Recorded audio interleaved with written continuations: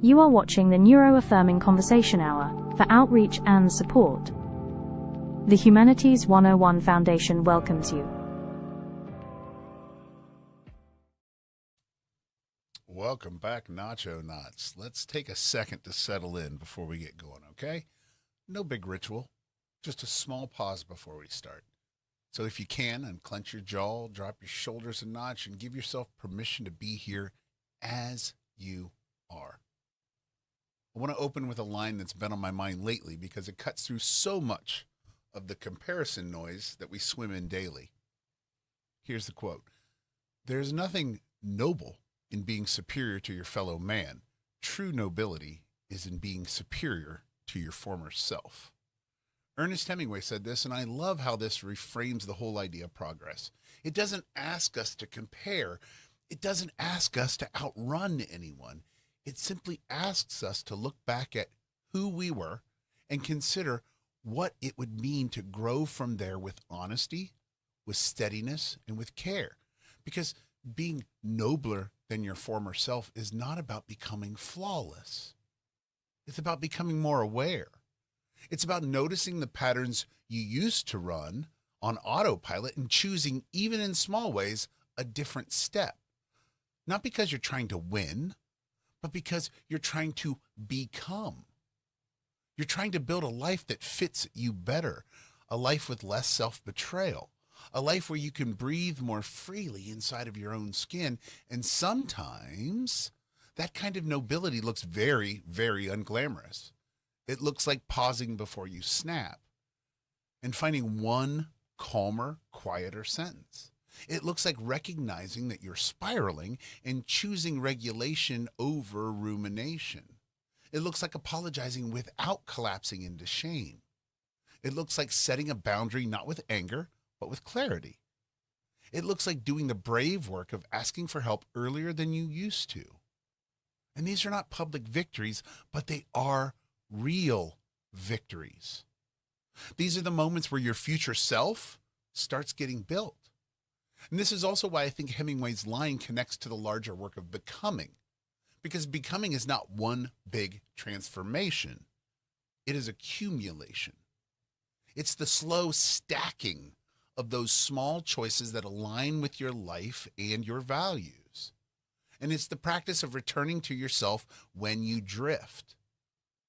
It's learning to tell the difference between who you are and what you have been carrying.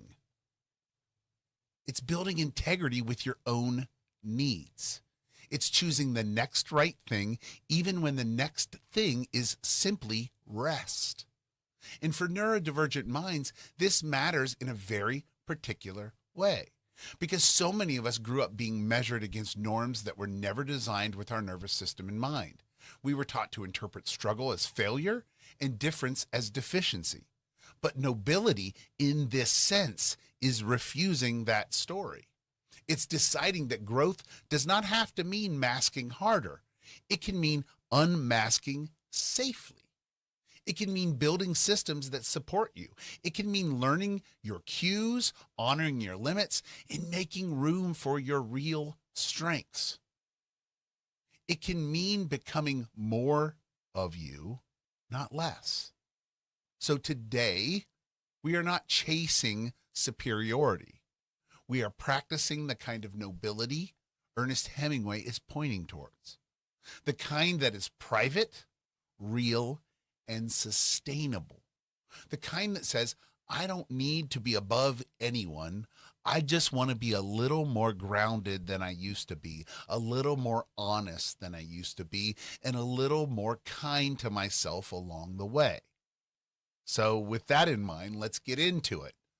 And this is the perfect moment to bring into the season that we're actually living in right now. Because for a lot of us, we're arriving at the end of the first half of the semester, and that stretch can feel like a long uphill climb. The early momentum has worn off, the deadlines have started stacking, and even good routines can start to wobble under the weight of one more thing. So if you've been feeling tired, scattered, or a little more reactive than usual, I want you to hear this clearly. This does not mean that you are failing. It often just means you've been carrying a lot. And this is where the idea of being nobler than your former self gets very practical. Nobility right now might not look like powering through at maximum output. It might look like noticing your capacity earlier than you used to. It might look like choosing a smarter plan instead of a harsher one. It might look like asking a question sooner, starting a task in smaller pieces, or giving yourself permission to do the next right step instead of trying to do everything at once. And the good news is that spring break is on the horizon, not as an escape or as a finish line, but as a built-in pause, a chance to reset your nervous system and rebalance your rhythm. So even if your spring break is busy, even if you're working or helping family or catching up on life, it can still be a marker in time, a reminder that rest is not a reward for perfection.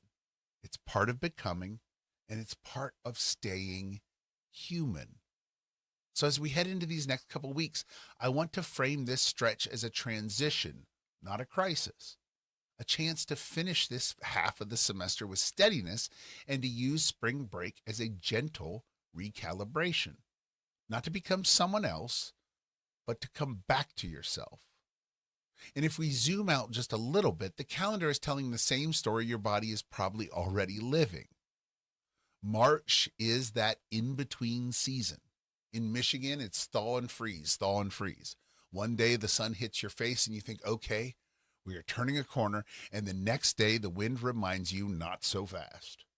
It can feel confusing, even emotionally, like you want to move forward, but part of you is still bracing.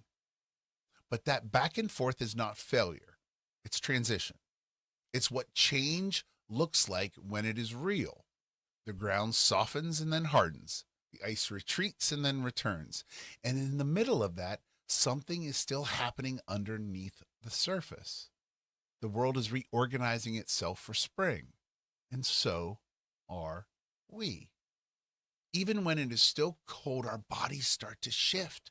Our minds start to waken up in little flashes. Our souls start to crave light and movement and fresh air and new beginnings. You might notice it as restlessness. You might notice it as a longing to clean, to simplify, to get outside, to start over, to work out. You might notice it as hope showing up quietly, not as a grand feeling, but as a small urge towards change. So if March feels like a mix of exhaustion and emergence, that makes sense. If you feel like you're not fully one thing or the other yet, that makes sense too.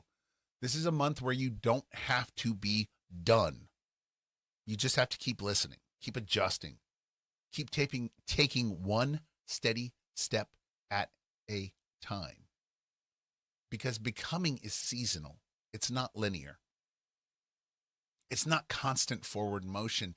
It's thaw and freeze, thaw and freeze, thaw and freeze. And then almost without you noticing, the air changes, the light lingers longer, and you realize you are standing in a new chapter. So as we close out this first half of the semester and move towards spring break, let March be what it is: a bridge, a messy, honest, hopeful bridge.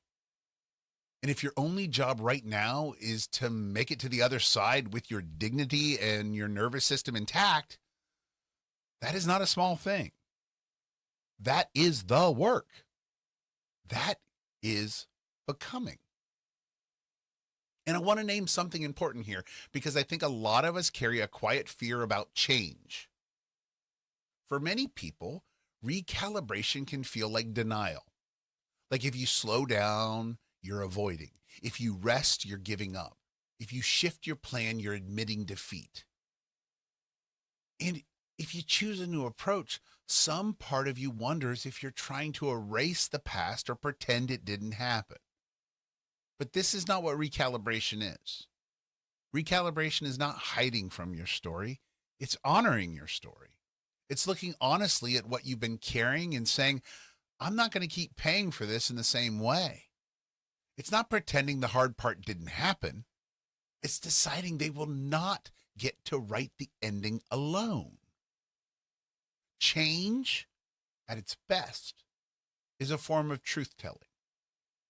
It's a conscious choice to respond differently now that you know more, now that you've lived more, now that you can see what drains you, what helps you regulate, what patterns you keep repeating, and what you're ready to loosen your grip on. And that's not denial. It's growth. That's a person learning how to live their life with greater wisdom and tenderness and care. And spring, symbolically, gives us permission to do this without shame, because spring does not arrive by erasing winter. Spring arrives because winter happened, and the world kept turning, and the soil did its work, and the roots held on. Spring does not deny the freeze. It simply insists that the freeze is not the final word. So when you make a spring choice, you're not betraying your past self. You are caring for them. You are taking what they survived and building something steadier from it. You're saying, thank you for getting me here. I got it from here. And that's the act of profound respect. And yes, spring can bring hope, but not always as fireworks. Sometimes hope is just the willingness to try again. Sometimes hope is the slightly softer inner voice. Sometimes hope is choosing one small habit that makes tomorrow easier. Sometimes hope is realizing you do not have to become a different person altogether. You just have to become a more supported person. So if you are in a season of thaw and freeze, and you're feeling the tug towards change, let it be a conscious choice, not a panic move, not a disappearance or an escape, not a performance, but a choice, a spring choice. The kind that says, I'm allowed to grow, I'm allowed to adjust, and I'm allowed to start again without apologizing for needing a new way forward. So let's bring this home with a weekly discussion question, one that connects the Hemingway quote, the end of the semester stretch, and this March season of thaw and freeze, thaw and freeze. So here it is. What is one small way you could be nobler than your former self this week? Not by pushing harder, but by recalibrating with intention. And to help you answer, you might sit with one of these prompts. Where have I been measuring myself against someone else when I really need to measure myself against my own growth? What is one pattern I want to loosen this week, even if only slightly? What is one boundary, support, or small adjustment that would make this week more sustainable? If spring is a season of hope, what would hope in action look like for me in the next 7 days? What would it look like to honor my past without letting it steer the whole car? If you want, share your answer with us in the comments or in the community space, even if just one sentence. One small, honest sentence is enough, because this is how becoming happens, not in grand declarations, but in real choices, repeated gently. And I want to slow down with that question for a moment, because it's easy to hear it and immediately turn it into a performance. It's easy to think, okay, I need a big goal, a big breakthrough, a dramatic reinvention. But this is not what we're doing here. We're not asking for a highlight reel. We're asking for the truer next step. Being nobler than your former self is often less about adding something and more about subtracting what is no longer serving you. It might be choosing not to spiral for the 3rd hour in a row. It might be choosing not to send the text while you're flooded. It might be choosing not to punish yourself with the all or nothing thinking. Sometimes the noblest thing you can do is interrupt a familiar pattern gently and say, not today. I'm going to do this differently now. And notice the way the question is framed. Not by pushing harder, but by recalibrating with intention. And that matters, because pushing harder is what we do when we are scared, when we are behind, when we feel judged, when we think our value is on the line. Recalibrating is what we do when we are awake. It's what we do when we're learning. It's what we do when we finally accept that our nervous system is part of the equation, not an inconvenience we're supposed to override. So if you're listening right now and you're tired, the answer does not have to be do more. Your answer might be, I'm going to build a week that I can actually survive. That's nobility. That's maturity. That's becoming. A plan that respects your capacity is not laziness, it's wisdom. And for some of you, the nobler version of yourself this week might be the one who stops negotiating with shame. The one who doesn't wait until you feel worthy to take care of yourself. The one that doesn't require perfection before you allow rest or food or support or kindness. You don't have to earn your humanity. You are already human. The question is simply, what would it look like to treat yourself like that is true? And if March is thaw and freeze, your answer might be a thaw choice, a softening choice, a choice that lets a little more light in. Maybe it's cleaning one small corner of your space, not as self-punishment, but as self-respect. Maybe it's opening a window for 5 minutes. Maybe it's stepping outside between classes and letting the sun hit your face. Maybe it's making the next assignment smaller and more doable. Maybe it's emailing for clarification instead of disappearing, or choosing the next right step, not the whole staircase. Because hope is not just a feeling, it's a practice. It's a decision to act as if change is possible, even if you cannot feel it yet. And every time you choose a kinder path, a clearer boundary, a more sustainable plan, you are voting for your future self. You are becoming someone who does not have to be rescued from your own life. You are becoming someone who knows how to come back to center. So take a moment after this episode, even if 2 minutes, and answer honestly. Not what sounds impressive, but what is real. What is one small way you could be nobler than your former self this week? Not by pushing harder, but by recalibrating with intention. And once you start thinking that way, you can feel how naturally it opens into something bigger. Because recalibration is not just a strategy, it's a form of hope. And hope is often misunderstood. We treat it like a mood or a vibe, like a warm feeling that either shows up or doesn't. But the kind of hope that actually carries people through hard seasons is not primarily a feeling. It's a posture. It's a way of facing your life that says, this is not the end of the story. Even when you're tired, even when the weather is still doing what March weather does. Even when you're staring down deadlines and responsibilities, and the parts of yourself you are still learning how to live with. Hope is the quiet decision to keep building. And I want to be honest about this too. Hope is not denial. Hope does not pretend everything is fine. It doesn't ignore grief or burnout or trauma or the real constraints of your life. Hope looks directly at what is true and still says, I can take one more step. It says I can try again in a small way. I can ask for help. I can choose something different than what I chose last time. And that's hope with a spine, which means hope can be very ordinary. It can look every day. It can look like making a plan for the week that includes rest on purpose. Hope can look like turning into something that is good enough, turning it in, like a midterm maybe, instead of waiting for perfection. Hope can look like returning to a routine after you've fallen off without making it a moral crisis or a value judgment.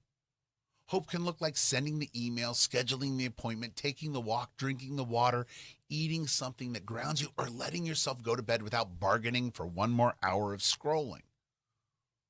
Hope is not always loud, and it's not always immediate. Sometimes hope arrives as a small inner nudge that says, try a different approach. Sometimes it arrives as a relief when you finally admit this is not working and you choose to change it. Sometimes it arrives when you stop comparing your insides to everyone else's outsides and you remember that you are allowed to have a humane pace. And in this March season, hope also has a rhythm. It matches the thaw and freeze. It comes in flashes. It warms you and then it disappears. Then it comes back again. And that's normal. That's what hope looks like when it's growing roots instead of just lighting up the sky. So as we move forward, I want you to hold hope differently. Not as something you must feel, but as something you can practice. Something you can choose in small ways. A steady, intentional turning towards life. A spring choice again and again until one day you look up and realize that the season has changed. And if we're going to talk about hope with honesty, we also have to talk about the moments when hope feels far away. The moments when your mind is tired, your body is overloaded, and your calendar looks like a wall instead of a path. In those seasons, hope can feel like a luxury word, something that other people get to have, but not you. And if that's where you are right now, I want to say this gently. You are not broken. You are in weather because life has weather. We have internal winters. We have long weeks. We have stretches where the sky feels low and the air feels heavy. And the mistake we make is thinking that if we are in a storm, the storm must be permanent. That if we cannot feel hope right now, hope must be gone. But this is where another Hemingway quote meets us with a little more tenderness. The rain will stop. The night will end. The hurt will fade. Hope is never so lost that it can't be found. There's something quietly grounding about that, not because it promises instant relief and not because it pretends that pain is simple, but because it reminds us that seasons move. The rain does not last forever. The night does not get to keep the sky. Hurt, even deep hurt, can soften over time, and hope, even if it's buried, is not necessarily gone. Sometimes it's just hidden under exhaustion. Sometimes it's tucked behind fear. Sometimes it's waiting for you to take one small step towards the light. And that's the key, I think, for our kind of hope. Hope is not always something you discover. Sometimes it's something you practice until you find it again. So if you're in the rain, your job is not to pretend that you're dry. Your job is to stay oriented, to remember that the weather is real, but it's not the whole reality. To do small things that keep you anchored. Eat something, drink water, check the next deadline, ask the question, take the break, turn the assignment into a smaller piece, text a friend, step outside for a moment, put your feet on the floor, and feel the room you are in. Those are hope behaviors. Those are the ways that we keep the thread in our hand even when the path is hard to see.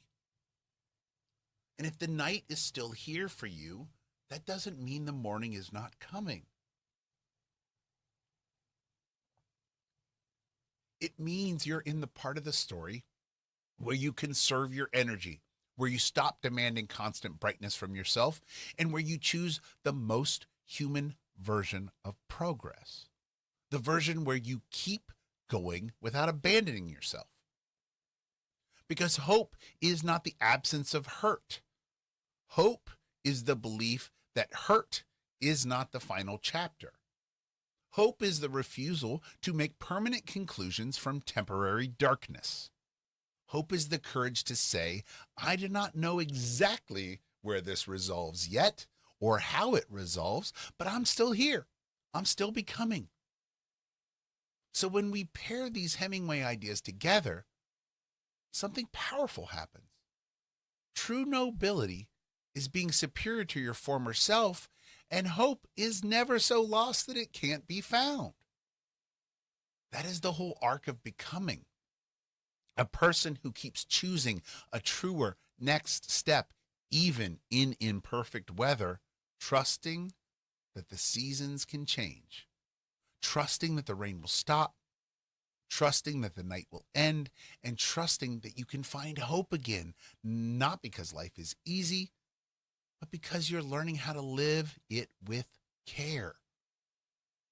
And maybe the gentle way to ease out of this is to remember that you don't have to carry hope at full volume all the time. You're allowed to carry it like a small candle instead of a spotlight.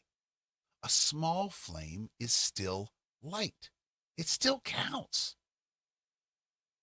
If you cannot feel hopeful today, you can still practice hopeful actions. You can still make the choice that protects tomorrow. You can still take one small step that your future self will thank you for. And that's not pretending, it's planting. And if you're in that March rhythm of thaw and freeze, let your expectations match the season. Some days you will feel energy and clarity. Some days you will feel fog. And that doesn't mean you're going backwards. It means you're changing in a way that is real, the way that the earth changes, the way that the body changes, and the way that learning actually works. So hold this softly. You're not behind. You are a process. The rain will stop. The night will end. The hurt will fade. And in the meantime, nobility can look like this: staying honest, staying gentle, and choosing one small, steady act of becoming.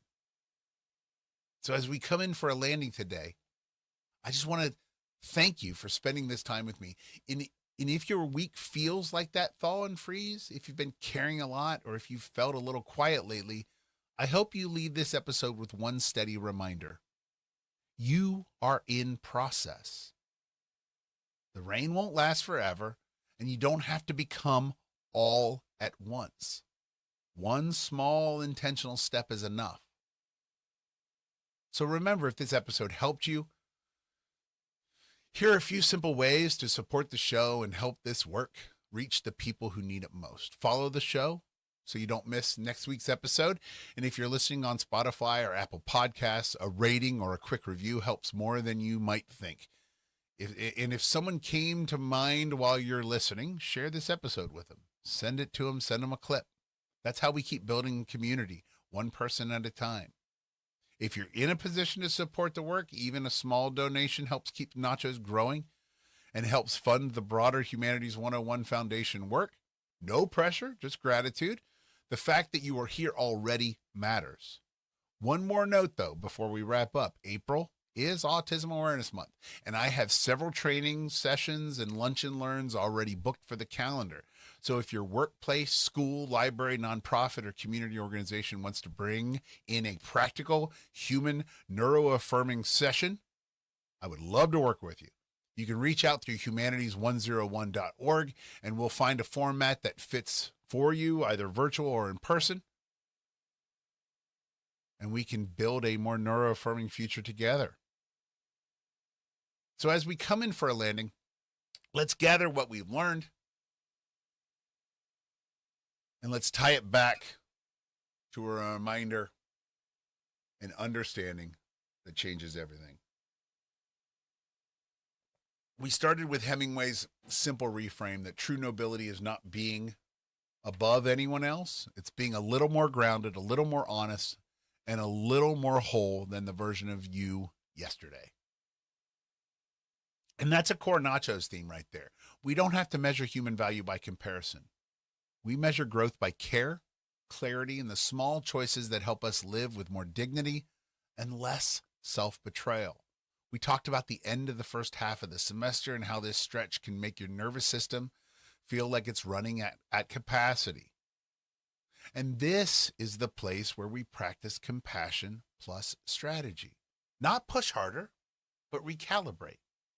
Not white knuckle it, but build a plan that respects your actual body and actual brain. That's neuroaffirmation in action.